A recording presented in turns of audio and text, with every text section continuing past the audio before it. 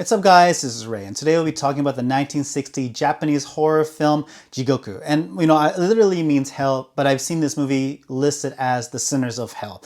But I think it's easier to find this film listed as Jigoku, so that's what we're going to be referring it to. And Jigoku was directed by Nakagawa Nobuo and stars Amachi Shigeru, Numata Yoichi, and Mitsuya Utako. But before we dive into this review, if you guys are new to Eiga-Man Ray, I upload reviews and discussions of Japanese movies every chance that I get, so you're new to the channel and you dig the content, feel free to support the channel by checking out other videos featured here and also by subscribing. So let's talk about the movie, Jigoku. I rented this DVD from the DVD rental store just because I was intrigued by the DVD cover.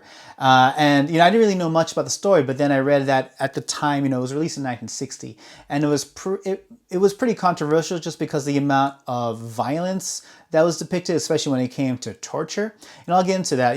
The story of Jigoku, it's about this dude by the name of Shiro, and he's a university student. And one evening, him and his friend Tamura were driving, and they accidentally killed this dude who happens to be a Yakuza boss. And so this boss's mom and this boss's lover, his girlfriend, they hunt down Shiro and Tamura in order to enact revenge. Now, this isn't a spoiler at all, because I think what happens next is the main appeal of this movie. But basically, halfway point in the story, everyone dies, everyone gets sent to hell, and that's where a lot of the madness happens. That's the gist of the story. There's a lot of things that happen both in the first half and the second half, but that's the overall gist of it. But when it comes to the positives of Jigoku, it's a madhouse. It's easy. You watch this movie, and then afterwards, you kind of are left there sitting, pondering what you just watched. I think a lot of it, especially when it comes to the second half, it feels like an acid trip of sorts.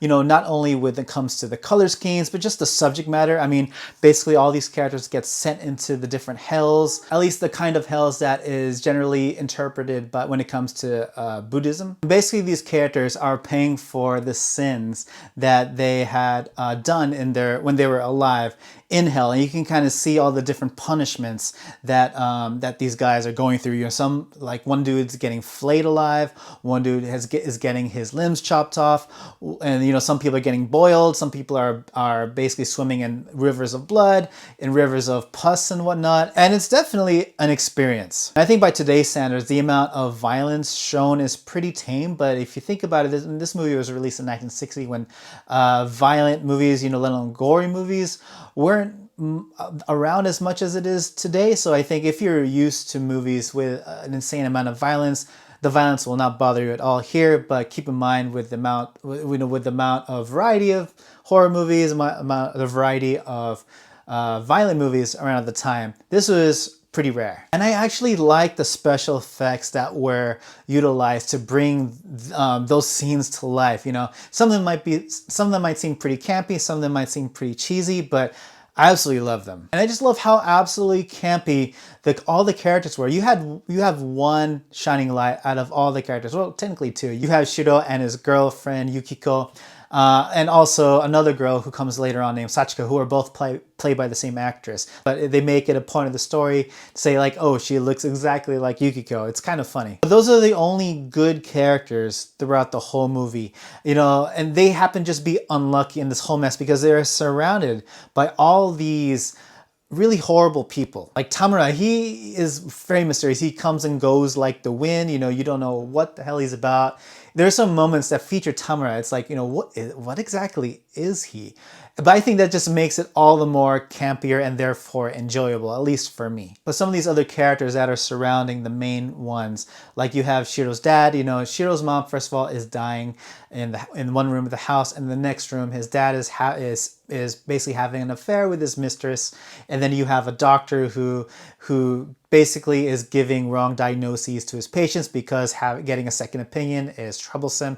And you have some other folks who have committed murder in a direct or indirect way in their lives. All these horrible people, and they don't feel any remorse or any of the sins that they have committed. And I feel like the story goes out of its way to make each of these characters bad and despicable, and that just makes it all the more entertaining. And not just the characters, I think the acting is also pretty campy. don't watch this movie expecting stellar knockout performances.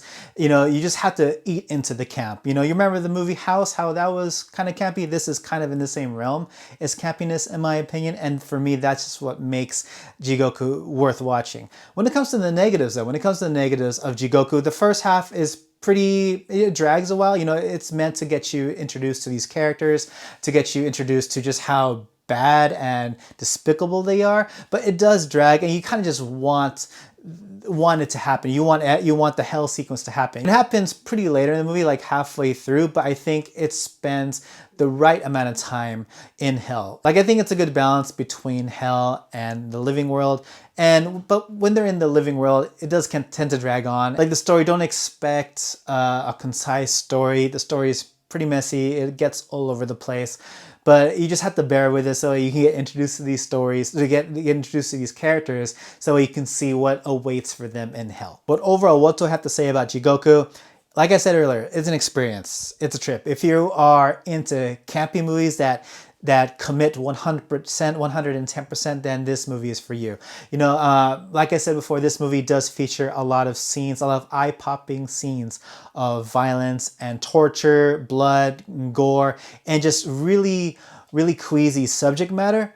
But it's nothing compared to the movies they pump out in today's landscape of horror. But regardless of that, this movie still has a lot to offer, and I think with the techniques that they use and the campy performances, you still feel something when all these punishments are inflicted upon these characters. And like I said, don't watch this movie expecting to enjoy a story of sorts. You are going to watch this movie to watch the hell sequence. That's just for sure. Anyways, yes, those are my thoughts on Jigoku. What did you guys think? Please let me know in the comment section below. Don't forget to leave a like, share, and subscribe. Follow me on all the social media channels.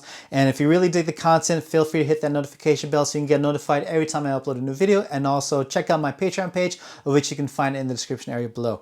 And yeah, that's about it for me, guys. And as always, everyone, thank you so much for watching, and thank you so much to all my patrons over Patreon in supporting me in anything and everything that I do.